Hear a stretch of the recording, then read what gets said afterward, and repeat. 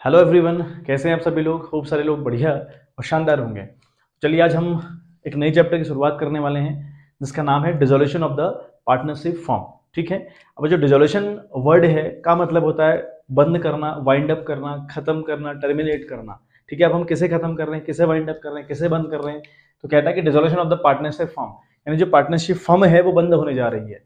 अब अगर वो बंद होने जा रही है या वो बंद होती है तो वहां पर क्या क्या ट्रीटमेंट रहते हैं, किस तरीके से हम गो थ्रू करते हैं चीजों को, है ना, और क्या अकाउंटिंग प्रोसीजर है वो सारा किस तरीके से फॉलो होता है, ये हम लोग सीखने वाले हैं। ठीक है बात। अब आपको दो चीजें सीखनी है, तो वो डिसोल्यूशन ऑफ द पार्टनरशिप होता है एक, और एक होता है dissolution of the partnership form. दोनों में बड़ा खतरनाक का अंतर है। डिसोल्यूशन ऑफ द पार्टनरशिप का मतलब हुआ पार्टनरशिप के फॉर्मेशन को चेंज कर देना। जैसे हम चेंज इन पीएसआर चैप्टर पढ़ा, एडमिशन पढ़ा हम लोगों ने, रिटायरमेंट पढ़ा, डेथ पढ़ी हम लोगों ने। तो हम चारों चैप्टर की अगर बात करें तो कहीं ना कहीं इनमें among the partners ratio change हो रहे थे। तो उस चेंज होने को हम डिसोल्यूशन ऑफ द पार्टनरशिप बोल सकते हैं। यानी पुरानी पार्टनरशिप डिसॉल्व हो गई, खत्म हो गई, अब नई वाली पार्टनरशिप आ गई। यानी जो पुरानी वाली पार्टनरशिप थी वो टर्मिनेट हो गई, नई वाली आ गई। ठीक है। फिर एक वर्ड हमारे पास हुआ dissolution of the partnership firm. अब हम बात करें dissolution of the partnership firm की, अगर हम बात करें तो यहाँ पर हम बिजनेस को वाइंड अप कर रहे हैं, बिजनेस को क्लोज कर रहे हैं। ठीक है। यानी बिजनेस का जो एग्जिस्टेंस है वो आज के बाद खत्म हो जाएगा। जैसे हम फर्म को डिसॉल्व करेंगे, हमारा पूरा का पूरा मामला खत्म। अब छोटी सी एक बात अगर मैं बताऊं आपको, डिसोल्यूशन करने की जरूरत पड़ती क्या है, फर्म को डिसॉल्व क्यों करते हैं। पहला रीजन हो सकता है कंपनी कोई ऐसा अनलॉफुल काम कर रही थी, आज तक कोई कंपनी ऐसा काम कर रही थी जो कि अनलॉफुल है, इंडिया में वो एटलीस्ट नहीं अलाउड है। अगर आप ऐसा कुछ काम कर रहे होंगे तो फिर आपको अपने बिजनेस को वाइंड अप करना पड़ेगा। ठीक है। या हो सकता है कुछ 3-4 पार्टनर्स कंपनी के अंदर थे, उनमें से 3 या 4 पार्टनर अगर कंपनी के अंदर थे तो उनमें से 3 लोग बैंकरप्ट हो गए, तीनों का दिवालिया निकल गया, है ना, तो आपको बिजनेस बंद करना पड़ेगा। हो सकता है कुछ लोग पगला गए, है ना, कुछ लोगों की मेंटल स्टेट बहुत खतरनाक लेवल पर चले गई, तो आपको बिजनेस बंद करना पड़ता है। यानी बहुत सारे रीजन हो सकते हैं बिजनेस को बंद करने के। हो सकता है कि आपकी कंपनी प्रॉफिट मेकिंग कंपनी ना रही हो, आपकी कंपनी लगातार आपको लॉस करवा रही हो, लगातार आपको घाटा हो रहा हो, तब भी आप अपने बिजनेस को बंद करेंगे। ठीक है बात। तो बहुत ज्यादा डीप डाइव जाने का कोई मतलब नहीं है, क्योंकि इतना तो आता नहीं है ना, क्योंकि थ्योरेटिकल पार्ट हमारे लिए बहुत आता नहीं है। हम मेनली फोकस करें कि हमारा जो अकाउंटिंग प्रोसीजर हुआ at the time of dissolution of the partnership firm वो क्या होता है। तो हम करते हैं शुरुआत। तो आज हमारी जो वीडियो रहेगी वो पूरा इंट्रो के ऊपर रहेगी। ठीक है। हम बेसिक सी जो इंट्रोडक्शन होता है, जो मेन मुद्दे रहते हैं इसके रिगार्डिंग, वो सीखेंगे। क्या क्या अकाउंट बनाने पड़ते हैं, किस तरीके से एंट्रीज करनी पड़ती है, उनके सब पर बात करेंगे। और कल से हम लोग क्वेश्चन स्टार्ट करेंगे। ठीक है बात। और आप वीडियोस वॉच करिए। मैं आपसे ऐसा वादा करता हूं कि आपको ये चैप्टर बड़ा इजी चैप्टर लगेगा। इस चैप्टर में कुछ नहीं है, अदरवाइज बहुत इजी चैप्टर है। चलिए हम बात करते हैं। तो बात कर रहे हैं dissolution of the partnership firm. ठीक है बात। तो हमें मेनली 4 जगह फोकस करना है ना, हमें मेनली 4 जगह फोकस करना है। अब देखें जो अकाउंटिंग प्रोसीजर है इसका, वो आपका है, एक है रियलाइजेशन अकाउंट। ठीक है। एक है रियलाइजेशन, रिवैल्यूएशन नहीं बोल रहा हूँ मैं, रियलाइजेशन बोल रहा हूँ। तो एक आपका अकाउंट है रियलाइजेशन अकाउंट, जिसके अंदर आपको काम करना है बच्चों। तो पहला जो अकाउंट इसके अंदर बनेगा that will be realization account. तो ये अकाउंटिंग प्रोसीजर की हम बात कर रहे हैं, उसके अंदर पहला हमें टॉपिक पढ़ना होगा या पहला अकाउंट बनाना होगा, that will be realization account. अगली हम बात करें तो यहाँ पर हमें बनाना पड़ेगा पार्टनर्स लोन अकाउंट। ठीक है। पार्टनर्स लोन अकाउंट ये बनाना पड़ेगा। अगले हम बात करेंगे पार्टनर्स कैपिटल अकाउंट के ऊपर। तीसरा हमें कैपिटल अकाउंट के ऊपर फोकस करना पड़ेगा। चौथा जो हमारा फोकस रहेगा दैट विल बी बैंक या फिर कैश अकाउंट। ठीक है। ये 4 अकाउंट इसमें मेन रहेंगे। तो यानी हमको कुल मिलाकर 4 ही टॉपिक पढ़ रहे हैं। मतलब how to maintain the realization account, partners capital account आपको आता है अच्छे से, लोन अकाउंट किस तरीके से बनता है, बैंक और कैश अकाउंट भी आपको आता है। हम थोड़ा सा और डीप डाइव सीख लेंगे किस तरीके से हमने बनाना होता है। तो ये 4 हमारे पास अल्टीमेट लेवल पर प्रोसेस रहेंगे। ठीक है बात। अब हम पहले एक बात देखें, हमारे पास जब हमारी फर्म डिसॉल्व होती है ना, जब हमारी फर्म डिसॉल्व होती है तो कहीं ना कहीं डिसॉल्व इसलिए होती है कि फर्म की कैपेसिटी प्रॉफिट मेकिंग की चली जाती है, या कंपनी प्रॉफिट मेक नहीं कर पाती, प्रॉफिट कमा नहीं पाती, तो कंपनी अपने आप को डिसॉल्व करवा देती है, या कंपनी के जो ओनर्स हैं वो डिसाइड करते हैं कि भैया हम अपनी फर्म को डिसॉल्व कर रहे हैं। ठीक है। अब जब आप डिसॉल्व करेंगे ना, तो जब आप अपनी फर्म को डिसॉल्व करेंगे तो ऑब्वियस सी बात है आपके पास एसेट्स भी होंगी, लाइबिलिटीज भी होंगी ना लाइबिलिटीज। अब वो जो लाइबिलिटीज हैं उनको पेमेंट करने का तरीका क्या होगा। तो पेमेंट करने का तरीका जो होता है, आपके पास 3 पार्टी, मैंने फर्स्ट सेकंड थर्ड लिखा है, तो ये 3 पार्टीज आपके पास है, first party, second party, third party. तो पेमेंट किनको पहले होगा ये मैं आपको बता रहा हूँ। तो फर्स्ट सेकंड थर्ड पार्टी है। ठीक है। तो थर्ड पार्टी पहले मैं बता दूं आप कौन कौन है थर्ड पार्टी। तो थर्ड पार्टी है आउटसाइडर। ठीक है। जो आउटसाइडर्स हैं वो आपके थर्ड पार्टी हैं, ठीक है। जो आउटसाइडर हैं वो आपके क्या बच्चे हैं, वो थर्ड पार्टी हैं। आउटसाइडर मतलब bills payable, bank loan, creditors या कोई और अपने कहीं से उधार वगैरह लिया हो तो वो आउटसाइडर हुए, उनको हम थर्ड पार्टी कहते हैं। यहाँ पे बात करें हम सेकंड पार्टी की, सेकंड पार्टी कौन हुए, रिलेटिव ऑफ द पार्टनर्स, ठीक है। पार्टनर्स के रिलेटिव होते हैं सेकंड पार्टी। रिलेटिव मतलब पार्टनर की वाइफ, पार्टनर का ब्रदर, पार्टनर के फादर या पार्टनर का कोई मित्र, कोई दोस्त, कोई फ्रेंड, वो आपका सेकंड पार्टी होगी। फर्स्ट पार्टी क्या होगा, पार्टनर्स होंगे। फर्स्ट पार्टी कौन होंगे बच्चों, पार्टनर्स रहेंगे, यानी पार्टनर्स होंगे फर्स्ट पार्टी।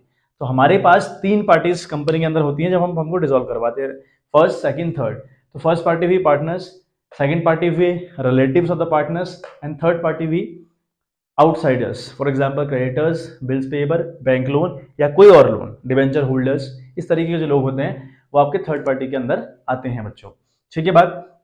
अब जब हम पेमेंट करने जाते हैं तो सबसे पहले हम पेमेंट करेंगे थर्ड पार्टी का, फिर हम पेमेंट करेंगे सेकंड पार्टी का, फिर हम पेमेंट करेंगे फर्स्ट पार्टी का। जब भी हम फर्म को डिसॉल्व करें, फर्म को डुबाएं, फर्म को नीलाम करें, उस टाइम पे हमारा जो पेमेंट का प्रोसीजर रहेगा वो इस तरीके से फॉलो होगा। और हमें ये पार्टीज का बहुत ध्यान रखना है क्योंकि पार्टी वाला मामला हमारा काम आएगा बच्चों, ठीक बात। चलिए, तो ये छोटी सी बेसिक सी बात हुई, इतने अकाउंट्स के ऊपर फोकस करना है और पेमेंट करते वक्त ये जो प्रोसीजर है ये ध्यान में रखना है कि भैया तीन पार्टीज हैं, third party, second party, first party. तो पेमेंट करते वक्त सबसे पहले थर्ड पार्टी को, फिर हम सेकंड पार्टी के पास आएंगे, फिर हम पार्टनर्स के पास आएंगे, यानी पार्टनर्स जो हमारे कंपनी के ओनर्स हैं उनके पास हम लोग आएंगे, ठीक है बात। अब करना क्या होता है भाई, तो basically today we are focusing on the entries.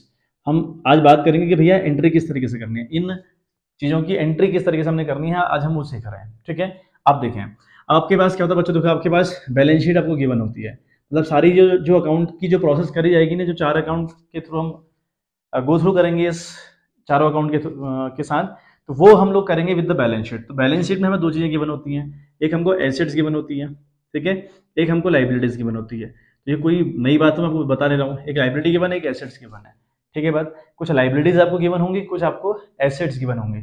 सबसे पहले आपने क्या करना होता है, आपने जितनी भी एसेट्स हैं, जितनी भी आपकी लाइबिलिटीज हैं, जितनी भी आपकी एसेट्स हैं, जितनी भी आपकी लाइबिलिटीज हैं, these assets as well as these liabilities has to be transfer in this account, it means realization account. तो सबसे पहले आपने जितनी भी आपके पास एसेट्स हैं, जितनी भी आपके पास लाइबिलिटी हैं, वो इकट्ठा करनी है एक जगह पर, वो एक जगह पर इकट्ठा करनी है। और उस इकट्ठा करने वाले अकाउंट का नाम क्या है बच्चों, दैट इज रियलाइजेशन, ठीक है। ऐसे नहीं समझ में आ रहा तो ऐसे समझ लीजिए कि जितनी आपके पास एसेट्स हैं, जितनी आपके पास लाइबिलिटीज हैं, है ना, उन सबको इकट्ठा करो और एक कमरे में डाल दो। जितनी भी लाइबिलिटीज हैं, जितनी भी एसेट्स हैं, उन सबको एक कमरे में बंद कर दो और उस कमरे का नाम क्या है बच्चों, रियलाइजेशन अकाउंट। तो पहले काम तो ये करोगे। अब ऐसा क्यों होता है, देखो जब हम अपनी फर्म को नीलाम करेंगे ना, अपनी फर्म को डिस्पोज करेंगे, बेचेंगे, है ना, अपनी फर्म को हम खत्म करेंगे, तो उस टाइम पे क्या होगा, जितनी भी एसेट्स हैं, जितनी भी लाइबिलिटीज हैं, उनका हिसाब रखना पड़ेगा ना, हमको पता करना पड़ेगा, अच्छा इतनी एसेट्स है मेरे पास, इतनी लाइबिलिटीज है मेरे पास, इतनों की पेमेंट करनी है, इतनों की कर दी है, सब मामला इकट्ठा करना पड़ेगा ना। तो उसी इकट्ठा करने के लिए अकाउंट खुलता है नया, उसे हम कह रहे हैं रियलाइजेशन अकाउंट, ठीक बात।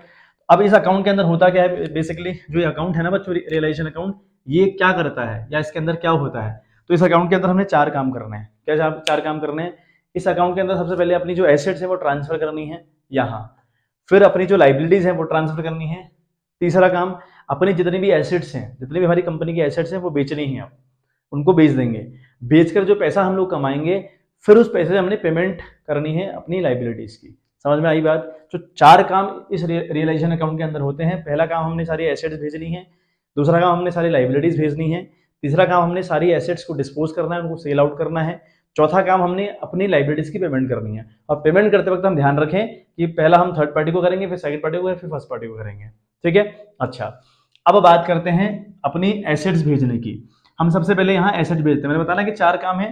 पहला काम क्या है, एसेट्स भेजना। अब जब हम एसेट्स भेजते हैं तो पहला हमारा हुआ फॉर ट्रांसफरिंग दी एसेट्स, ठीक है, फॉर ट्रांसफर दी एसेट्स। जब हम एसेट्स को भेजते हैं तो उस टाइम हम क्या एंट्री करते होंगे, हम बात कर रहे हैं एसेट्स की। एसेट्स का जो बैलेंस है बच्चों वो होता है डेबिट, और जो लाइबिलिटीज का बैलेंस होता है वो होता है बच्चों क्रेडिट। क्लियर है बात। तो जब हम अपनी एसेट्स भेज रहे हैं किसी नए अकाउंट में, तो भेजने का मतलब वो यहाँ से तो खत्म करनी पड़ेंगी, है ना। अब एसेट्स को अगर हम जब भेजें वो हो सकता है मशीन हो, वो कुछ और हो, वो स्टॉक हो सकता है, वो डेटर हो सकते हैं, है ना, वो बिल्स रिसीवेबल हो सकते हैं। तो उनको जब हम भेज रहे होंगे टू द रियलाइजेशन अकाउंट, उनका बैलेंस डेबिट है। आप डेबिट को डेबिट तो दोबारा कर नहीं सकते ना, डेबिट को डेबिट दोबारा करेंगे तो वो तो प्लस हो जाएगा, प्लस तो करना ही नहीं है, जबकि यहाँ से वो खत्म करनी है, भेजनी कहाँ है, इन दी रियलाइजेशन अकाउंट। तो एंट्री क्या होती है, एसेट्स को भेजते वक्त आप एसेट्स को क्रेडिट करेंगे और लाइबिलिटीज को भेजते वक्त आप लाइबिलिटी को डेबिट करेंगे, ठीक है। तो एसेट्स को भेजते वक्त एंट्री क्या होगी बच्चों, वो हम देखें, वो आपकी रहेगी, दैट विल बी, आप करेंगे रियलाइजेशन अकाउंट डेबिट, ठीक है।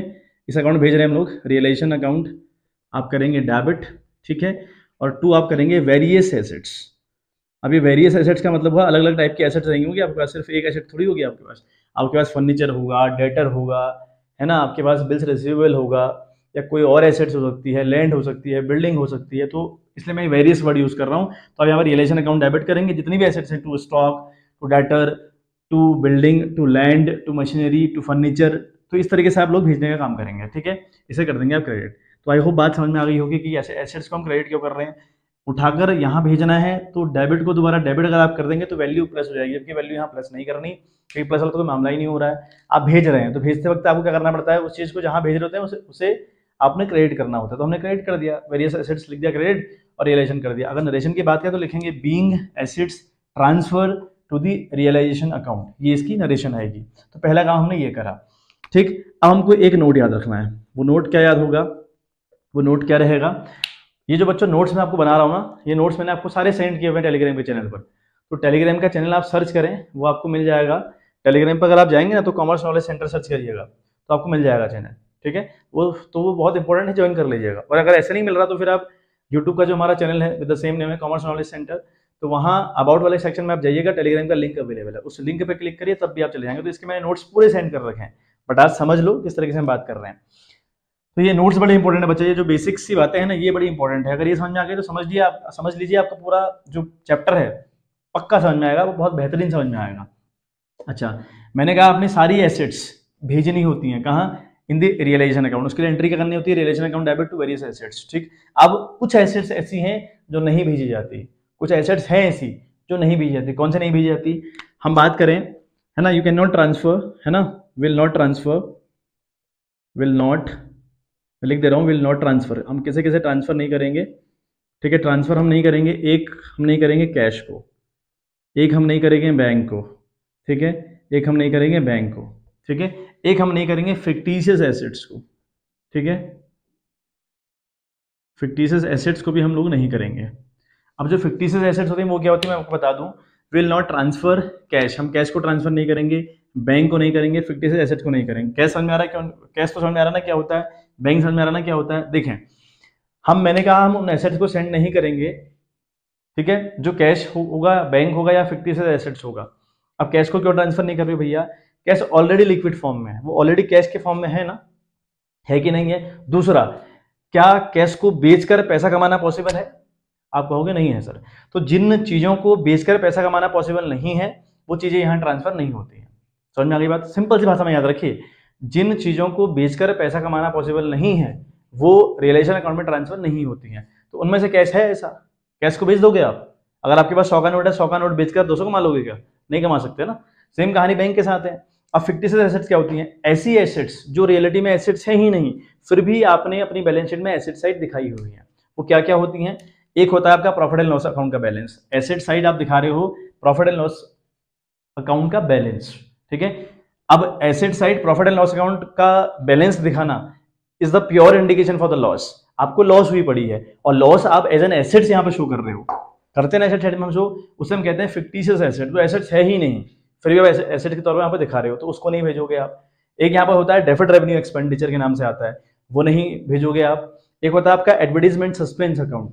एडवर्टाइजमेंट सस्पेंस और डेफर्ड रेवेन्यू एक्सपेंडिचर क्या हुए, आपने कोई बल्क में खर्च कर दिया, आपने 1 करोड़ रुपए खर्च कर दिया, आपने ये डिसाइड किया कि जो हमने 1 करोड़ रुपए इकट्ठा खर्च कर रखा है इस खर्चे को इकट्ठा नहीं दिखाएंगे, तो क्या करेंगे, आपने कहा कि भैया 10 लाख रुपए यहाँ दिखा देते हैं, 90 लाख रुपए हम डेफर्ड रेवेन्यू एक्सपेंडिचर में डाल दे रहे हैं या फिर एडवर्टाइजमेंट सस्पेंस में डाल दे रहे हैं। तो जो 90,000 रुपए आपने दिखाए हैं यहाँ एडवर्टाइजमेंट सस्पेंस के नाम से या फिर डेफर्ड रेवेन्यू एक्सपेंडिचर के नाम से, वो ऐसा पैसा जो एडवांस में खर्च हो चुका है, फिर भी आप उसको एसेट मान के यहाँ दिखा रहे हो, तो उससे बेचकर पैसा कमाना पॉसिबल नहीं है, तो इसलिए वो नहीं भेजा। तो मैंने क्या बोला, कैश नहीं भेजेंगे, बैंक नहीं भेजेंगे, ठीक है, प्रॉफिट एंड लॉस अकाउंट का बैलेंस नहीं भेजेंगे, एडवर्टाइजमेंट सस्पेंस नहीं भेजेंगे, दूसरा डेफर्ड रेवेन्यू एक्सपेंडिचर नहीं भेजेंगे, ठीक है।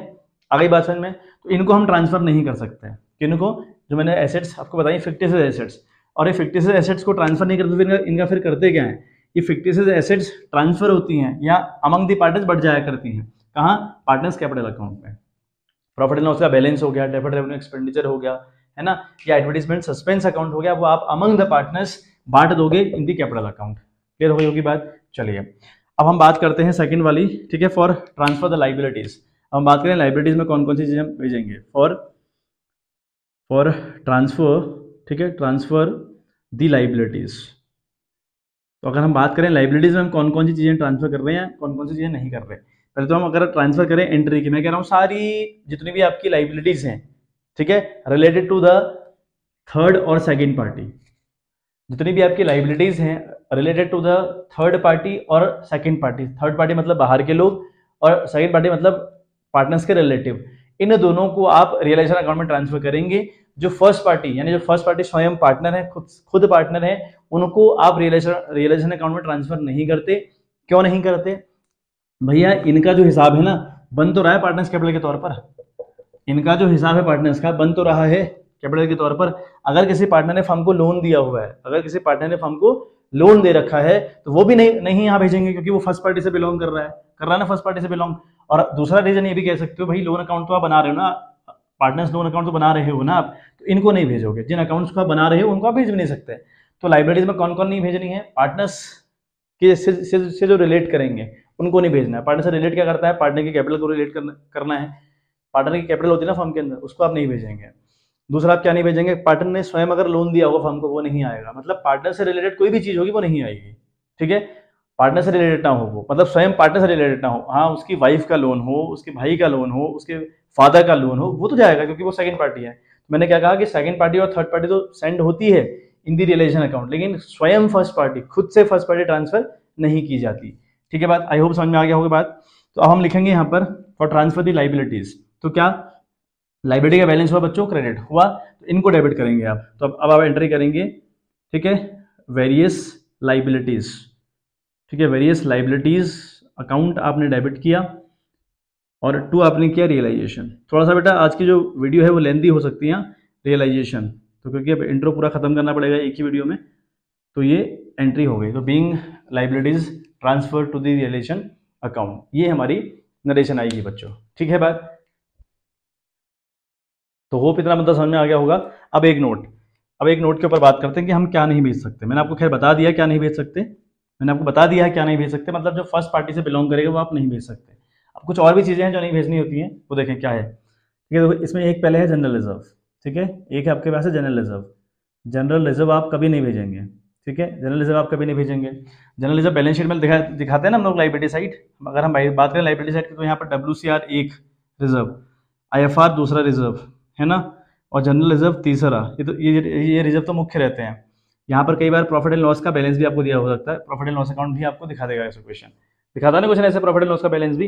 तो अब ये चीजें, तो जनरल रिजर्व हो गया, है ना, मतलब जनरल रिजर्व हो गया। अब हम बात करें WCR और IFR की बात नहीं कर रहा हूँ फिलहाल, WCR की बात मैं अलग से करूंगा क्योंकि इसके रिगार्डिंग ट्रीटमेंट रहते हैं।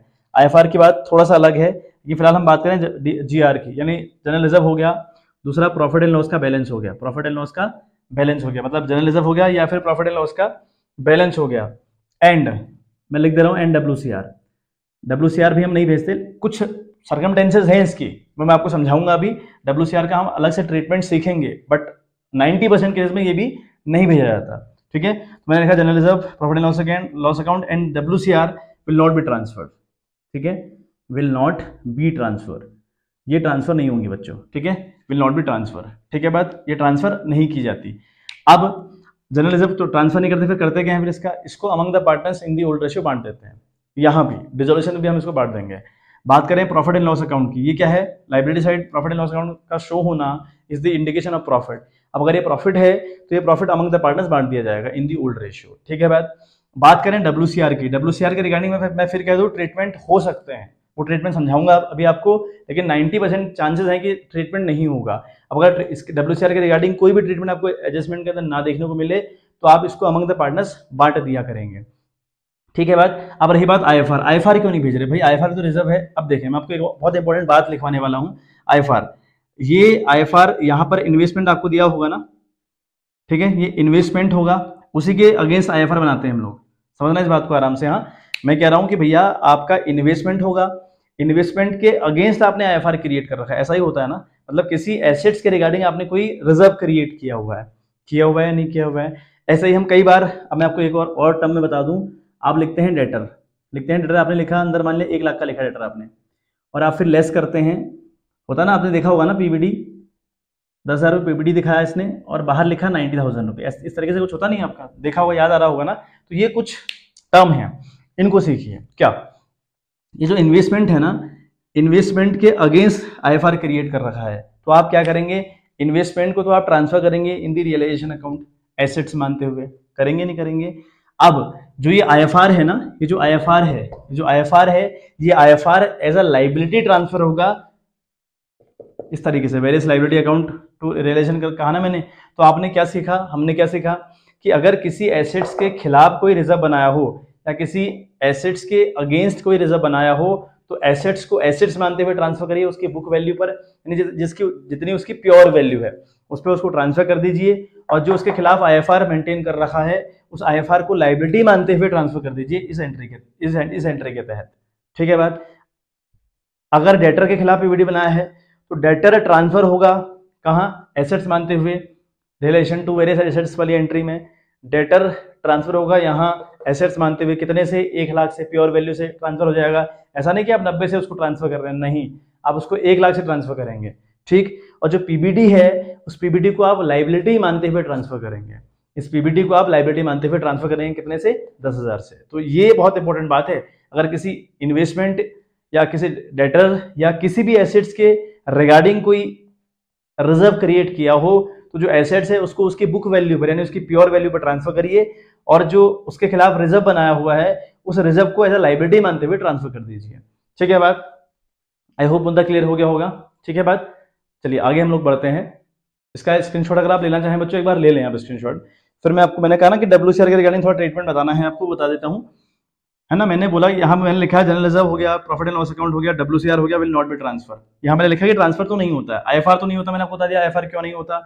पीबीडी और आईएफआर लाइबिलिटी मानते हुए ट्रांसफर करना है, और ये जो एसेट्स हैं एसेट मानते हुए ट्रांसफर करनी है। जनरल रिजर्व बढ़ जाना है, प्रॉफिट एंड लॉस अकाउंट बढ़ जाना है। ठीक है, अब बात रही डब्ल्यूसीआर, मैंने बोला है कि डब्ल्यूसीआर नहीं ट्रांसफर होता, लेकिन कुछ केसेस हैं जहाँ पर ट्रांसफर होता है, वो कौन से केस है उसमें हम बात करते हैं। ठीक है बात, तो डब्ल्यूसीआर के रिगार्डिंग मैं इसको मिटा रहा हूँ। अब इसके अगर आपको स्क्रीनशॉट लेना है, 2 मिनट के लिए हट जा रहा हूँ, 2 मिनट नहीं 2 सेकंड, सॉरी, तो 2 सेकंड के लिए मैं साइड हो गया। आप इसको एक बार स्क्रीनशॉट अगर आपको लेना हो ले लीजिए आप।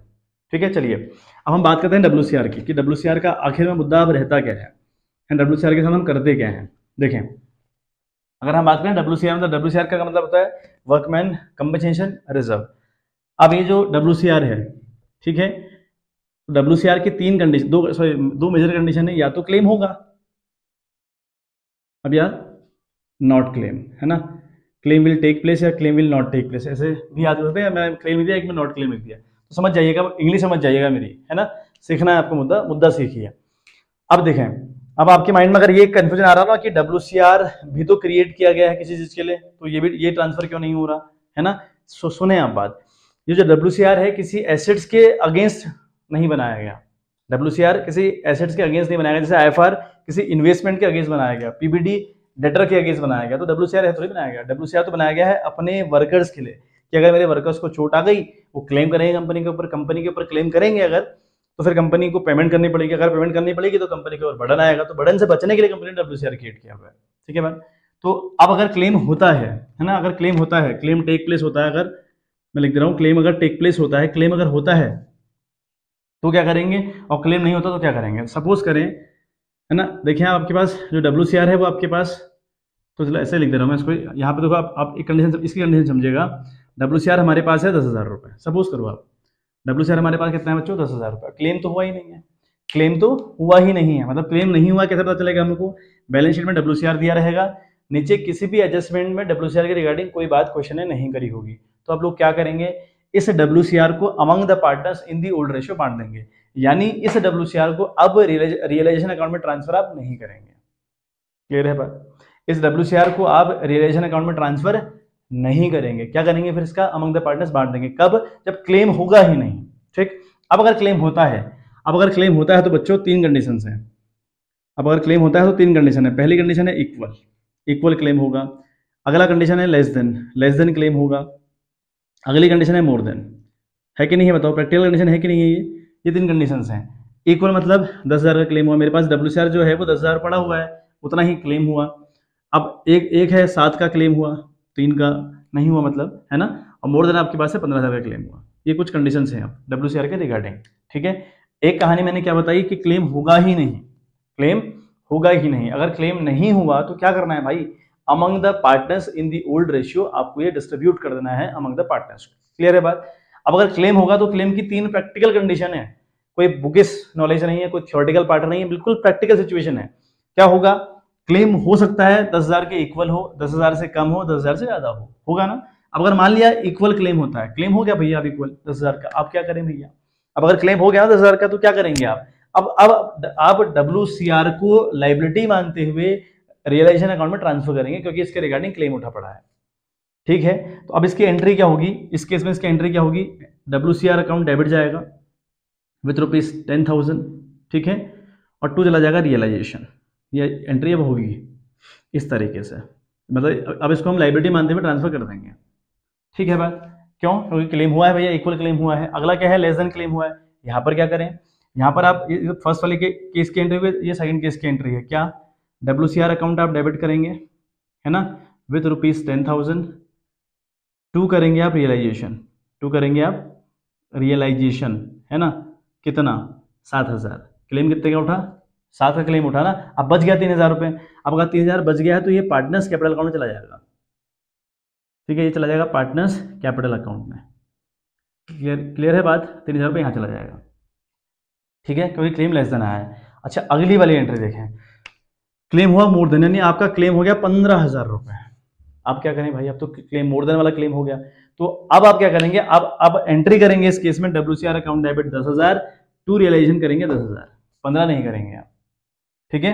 क्योंकि आपके पास ऐसा क्यों करा भैया, आपके पास 10,000 ही तो है, आपके पास जो WCR है वो 10,000 ही है, तो आप 15 का क्लेम नहीं दे सकते, क्योंकि कंपनी की हालत खुद ही इतनी बेकार चल रही है, कंपनी की हालत खुद इतनी खतरनाक चल रही है ना, चल रही है ना खतरनाक हालत, कंपनी की हालत खतरनाक चल रही नहीं, चल रही है। तो अब इस केस में आप सोचेंगे 15,000 का हम क्लेम दे देंगे तो नहीं दे पाएंगे आप, तो क्या करेंगे आप, उस केस में एंट्री बिल्कुल पहले वाली केस वाली होगी, WCR account debit 10,000 to realization 10,000, यानी आप 15 का क्लेम एक्सेप्ट नहीं कर सकते, ठीक बात। तो ये केस है जहां पर ये ट्रांसफर होता है। कब होता है ट्रांसफर, जब इसमें क्लेम होगा तब ट्रांसफर होगा, और ये आपको ये केस 5% देखने को मिलेगा जहां पर ये ट्रांसफर होगा, अदरवाइज 90% केस में बढ़ जाएगा, क्लेम होगा ही नहीं उसके खिलाफ, आपको देखने को मिलेगा क्वेश्चन करते वक्त, तो आपको कहीं नहीं मिलेगी इसकी एंट्री, बहुत रेयर मिलता है, ठीक है। बट फिर भी हमको टॉपिक तो पता होना ही चाहिए, एक बार इसको देख लें फिर हम लोग आगे बात करते हैं बच्चों, ठीक है। स्क्रीनशॉट अगर लेना हुआ आपने आप ले लीजिए, और परेशान ना हुआ, थोड़ा सा वीडियो आज हल्की लेंदी रहेगी, मतलब बहुत ज़्यादा लेंदी नहीं, 10-15 मिनट और होगा, अभी 28-29 सेकंड हो चुके हैं,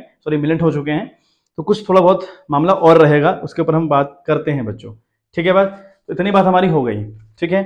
आगे हम क्या करें, देखो मैंने आपको 4 काम बताए, आपको मैंने 4 काम बताए ना, 4 काम क्या बताए मैंने आपको, कि भैया आपको इस रिलेशन अकाउंट के अंदर क्या करना पड़ता है, एसेट ट्रांसफर करनी पड़ती है, लाइबिलिटी ट्रांसफर करनी पड़ती है। अब तीसरा काम हम कर रहे हैं, लाइबिलिटी के अंदर जो जो पॉइंट्स है समझा दिए, एसेट्स के अंदर क्या क्या पॉइंट आते हैं समझा दिए, ठीक। अब हम बात करें तीसरे काम की, तीसरा काम क्या है हमारा, एसेट्स को बेचना, ठीक है, ठीक है, selling the assets, selling the assets. तो जो एसेट्स को हम बेचेंगे उस टाइम पे एंट्री क्या हुई है वो देख लें। एंट्री हम क्या करेंगे भैया, बैंक अकाउंट डेबिट। अब बैंक अकाउंट डेबिट क्यों जा रहा है, बैंक अकाउंट डेबिट क्यों जा रहा है भाई, आप बेच रहे हो ना एसेट्स को, एसेट्स बेच रहे हो, हाँ, तो एसेट्स अगर बेच रहे हो तो फिर कैश नहीं आएगा आपके पास, आपके बैंक में आए चाहे आपके हाथ में आए, कैश आ रहा है ना, तो आपने बैंक अकाउंट डेबिट किया। ये 95% केस में बैंक की बात करता है, क्योंकि ये सारे काम बैंक से ही होते हैं, तो हमने बैंक अकाउंट डेबिट किया, ऑब्लिक आप कैश अकाउंट डेबिट भी कर सकते हैं, ठीक है बात। 2, अब आपने सपोज करो आपने मशीन बेची, आपने मशीन बेची, आपने स्टॉक बेचा, आपने डेटर बेचे, ठीक है, आपने डेटर बेची, ये सारे कुछ आपने बेचा हुआ है, सपोज करो मशीनरी बेची, स्टॉक बेचा, डेटर बेचा, तो आप कहोगे एंट्री होनी चाहिए bank account debit to machine account to stock account to debtor account, but नहीं होती ऐसे। क्यों नहीं होती, क्योंकि मशीनरी, स्टॉक, डेटर इन सबका एक नाम है, ये एक कमरे में बंद है और उस कमरे का नाम है रियलाइजेशन। समझ में आ गई बात, ये सारी चीजें आपकी एक कमरे में बंद है और उस कमरे का नाम क्या है बच्चों, उस कमरे का नाम है रियलाइजेशन। तो ये ऐसे ही होंगे। ऐसा नहीं हो सकता कि आप बैंक अकाउंट डेबिट करेंगे टू मशीन कर रहे हैं, टू स्टॉक कर रहे हैं, टू डेटर कर रहे हैं, नहीं कर सकते ऐसा। क्या लिखेंगे आप, बैंक अकाउंट डेबिट करेंगे और टू करेंगे आप रियलाइजेशन, ठीक है। यानी सारी एंट्री आप किस नाम से होंगी, एंट्री होंगी रियलाइजेशन अकाउंट के नाम से, तो क्रेडिट चला जाएगा। समझ में आ गई बात। भले आप यहाँ पे लिख दें कि मशीन इतने की बिकी, स्टॉक इतने का बिका, डेटर इतने के बिके, ये इतने का बिका, फलाना इतने का बिका, तो इस तरीके से आप इनको ऐड करके यहाँ अमाउंट दिखा सकते हैं, कोई दिक्कत परेशानी नहीं है। लेकिन bank account debit to machinery to stock to furniture ऐसा नहीं कर सकते, ठीक है। क्यों नहीं कर सकते, क्योंकि ये सारी की सारी चीजें एक कमरे में बंद है और उस कमरे का नाम रियलाइजेशन है, तो सारी की सारी entry with the name of realisation होंगी। मतलब हमारे लिए मशीन कुछ नहीं है, वो रियलाइजेशन है, स्टॉक नहीं है कुछ, वो रियलाइजेशन है, डेटर कुछ नहीं है, वो रियलाइजेशन है, क्योंकि भैया यहाँ ट्रांसफर कर दिया ना, अब तो ये बन गए, अब तो कन्वर्ट कर दिए गए हैं, ठीक है। तो बात समझ में आ गई होगी आई थिंक। चलिए, तो ये मुद्दा आपको समझ में आ गया। अब बात करते हैं चौथी वाली, है ना, पेमेंट ऑफ लाइबिलिटीज। चौथा काम हो रहा है ना, पेमेंट ऑफ लाइबिलिटीज। अब हम पेमेंट ऑफ लाइबिलिटीज करेंगे, ठीक है। हम अगर पेमेंट ऑफ लाइबिलिटीज करें तो जो हमारी एंट्री होती है वो किस तरीके से होती है वो देखें। अब आपका अगर पेमेंट करेंगे तो भाई आपका कैश जाएगा ना, कैश जाएगा तो टू बैंक होगा। अगर आपका कैश जाएगा तो टू बैंक होगा या फिर ऑब्लिक कैश होगा या क्रेडिट। अब डेबिट क्या करें, डेबिट भाई रियलाइजेशन करोगे, डेबिट क्या करोगे, रियलाइजेशन करोगे, ठीक है। क्योंकि आपने अगर पेमेंट किया क्रेडिटर्स को, तो हम नॉर्मली जो एंट्री करते हैं वो करते हैं creditor account debit to bank account to cash account, ये करते हैं हम लोग। लेकिन यहाँ ऐसा नहीं करना है, क्रेडिटर नहीं है, क्रेडिटर रियलाइजेशन है। अब आप ऐसे भी इसको याद रख लें कि रियलाइजेशन अकाउंट क्या है भैया, नॉमिनल अकाउंट है, इसके अंदर जब भी इनकम होगी क्रेडिट जाएगा। तो देखो एसेट्स जब बेच रहे हैं इनकम नहीं हो रही है, इसलिए क्रेडिट गया। और जब हम एसेट्स जब लाइबिलिटी पेमेंट करें लाइबिलिटी की, तो क्या हो रहा है, खर्चा हो रहा है, तो इसलिए ये रियलाइजेशन आपका डेबिट गया, क्योंकि भैया नॉमिनल अकाउंट है। नॉमिनल अकाउंट का नियम है जब भी खर्चा हो डेबिट करिए, जब भी इनकम हो क्रेडिट करिए। वही वाला मुद्दा यहाँ पर हो गया, ठीक है। ये दो एंट्री भी आपने समझ ली। एक बार आप स्क्रीनशॉट लेते रहे, क्योंकि मेरे पास जगह है नहीं उतनी, तो मुझे रफ बार बार करना पड़ेगा बच्चों, ठीक है। तो चार बातें हमारी ये हो गई जो बहुत इंपॉर्टेंट बातें थी, ठीक है। अब मैं पांचवी बात कर रहा हूँ, ठीक है। पांचवी जो कंडीशन हो सकती है वो ये हो सकती है, देखो, ठीक है। एसेट्स की अगर हम बात करें, एसेट्स टेकन बाई, ठीक है, टेकन बाई एनी पार्टनर। कोई पार्टनर एसेट भी तो ले सकता है, ठीक है। मान लिया हमारे पास स्टॉक है 1 लाख रुपए का, ठीक है।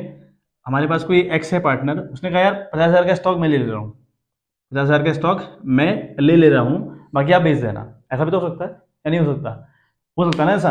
अब अगर कोई एक्स स्टॉक ले 50,000 में, तो हमने एंट्री क्या करनी होती है, वहां पे तो एंट्री करनी पड़ेगी भैया इस एक्स ने अगर स्टॉक लिया 50,000 रुपए, तो जरा सोच के देखो क्या ये ऑन द स्पॉट कैश की पेमेंट करता होगा, हमको कैश पे करता होगा, नहीं करता होगा। तो क्या होगा फिर, अब इस एक्स ने हमारा स्टॉक ले लिया, फ्यूचर में इस एक्स से मैं इस पैसे की रिकवरी करूंगा, फ्यूचर में इस एक्स से मैं इस पैसे की रिकवरी करने वाला हूं। अगर फ्यूचर में इससे रिकवरी करने वाला हूं तो भाई ये डेबिट जाएगा, इससे रिकवरी करने करूंगा ना, तो रिकवरी का मतलब हुआ पार्टनर्स डेबिट जाते हैं। तो यहां पर होगी entry excess capital account debit, तो आप लिखेंगे एक्सेस कैपिटल अकाउंट डेबिट, ठीक है। अब टू स्टॉक ना करें, स्टॉक मैं फिर बता दूं, स्टॉक नहीं है भाई, स्टॉक को ट्रांसफर कर दिया गया रियलाइजेशन के अंदर, तो ये कहां से स्टॉक हुआ, ये तो हुआ रियलाइजेशन, तो लिखें टू रियलाइजेशन।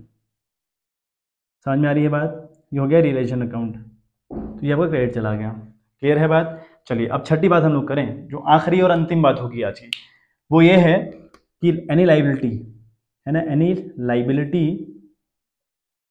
पेड बाई, ठीक है, पेड बाई पार्टनर। कई बार पार्टनर्स कहते हैं कि भैया हम ये वाली लाइबिलिटी मैं पे कर दूंगा, ऐसा भी होता है।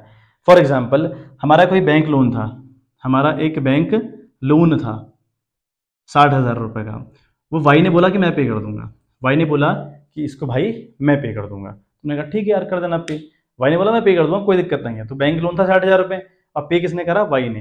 करना क्या था, कंपनी ने करना था ना पे। अब अगर वाई ने पे किया तो सोच के देखो फ्यूचर में वाई को देना नहीं पड़ेगा क्या, देना पड़ेगा ना। अगर फ्यूचर में वाई को देना पड़ेगा तो वाई की इनकम बनी, और जब भी पार्टनर्स की इनकम बनती है, पार्टनर्स हमेशा और हमेशा बच्चों क्रेडिट जाया करते हैं, तो यहाँ पार्टनर क्या जाएंगे, क्रेडिट जाएंगे। समझ में आ रही है बात।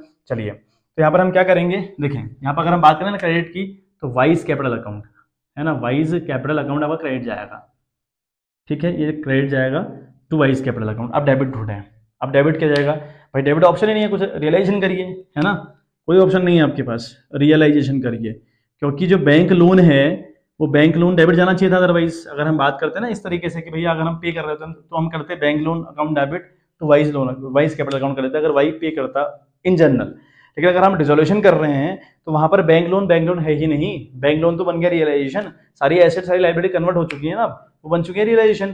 तो रियलाइजेशन अकाउंट डेबिट हुआ to Y's capital account credit हुआ। रिलेशन आप यहाँ पे क्या लिखेंगे, एसेट्स लेते वक्त being asset taken by X being liability paid या bank loan paid by Y, इस तरीके से नरेशन आप लिख सकते हैं। बहुत सिंपल सी बातें हो गई, ठीक है। बात इतनी बात आई होप समझ में आ गई होगी, ठीक है। तो ये बेसिक सी बातें इतनी थी बच्चों, तो बहुत इंपॉर्टेंट बातें थी, बहुत मैं कहूँगा बहुत ज़्यादा इंपॉर्टेंट बातें हैं, ठीक है। अब कुछ कुछ बातें और हैं, ऐसा नहीं कि बातें हैं ही नहीं, ऐसा बिल्कुल नहीं है। बट एक जो मोटा मोटा इंट्रो है ना इस चैप्टर का, वो मैंने आपको बता दिया। जो मोटा मोटा इंट्रो है इस चैप्टर का वो मैंने आपको बता दिया है। अब क्वेश्चन आते रहेंगे, फिर हम बात करते रहेंगे, फिर आप नोट्स बनाते रहिएगा। जो बेसिक से नोट्स हैं ये बना दीजिएगा, 1-1.5 पेज आप छोड़ दीजिएगा नोट्स बनाने के बाद, ताकि मैं आपको जो आप बीच बीच में बातें बताता रहूंगा वो आप करते रहिएगा, ठीक है। बात तो इतनी बात मुझे लगी, बहुत मोटी मोटी बातें हैं ये और बड़ी इंपॉर्टेंट बातें हैं। और ऐसा नहीं कि चैप्टर इतने में खत्म हो गया, चैप्टर और है, बट ये जो बेसिक चीजें अगर आपको ये समझ में आ जाएंगी तो आप गारंटी ले जाइए इस बात की कि आपने चैप्टर कर ही देना है, ठीक है। बात आई बात समझ में? तो चलिए, तो आज के लिए बच्चों इतना ही, मिलते हैं आपसे इन द नेक्स्ट वीडियो, तब तक के लिए bye bye, have a good day.